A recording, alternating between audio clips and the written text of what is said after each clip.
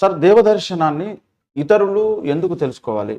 అంటే ఇతర డినామినేషన్స్ కావచ్చు, లేదా ఇతరులు అంటే ఈ లోకంలో ఎవరెవరు తెలుసుకోవాలి ఈ దేవదర్శనాన్ని?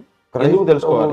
క్రైస్తవుడు అన్న ప్రతి ఒక్కడు కూడా ఈ దర్శనాన్ని తెలుసుకోవాలి. ఎందుకంటే ఇది అందరి కొరకు. ఉమ్, ఇప్పుడు పరిశుద్ధులు సంపూర్ణులగునట్లు, ఉమ్, క్రీస్తు శరీరము క్షేమాభివృద్ధి పొందునట్లు, పరిచర్య ధర్మము జరుగునట్లు. ఈ వచనాలు క్రైస్తవులందరి కోసమే కదా. అందరి కోసం. పరిశుద్ధులకు ఒక్కసారి అప్పగించబడిన బోధ నిమిత్తం పోరాడాలి అనే వచనం యూదాపత్రిక 3వ వచనం క్రైస్తవులందరి కొరకు కదా. అందరి కొరకు.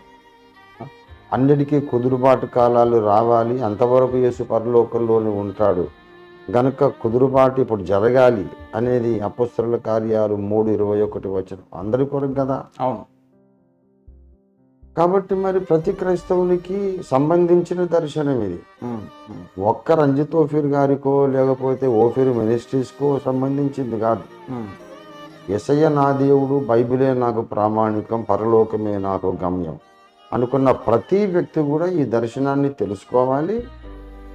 తెలుసుకోవటమే కాదు, ఈ దర్శనం లోపలికి రావాలి, సైనికురాలి పని చేయాలి.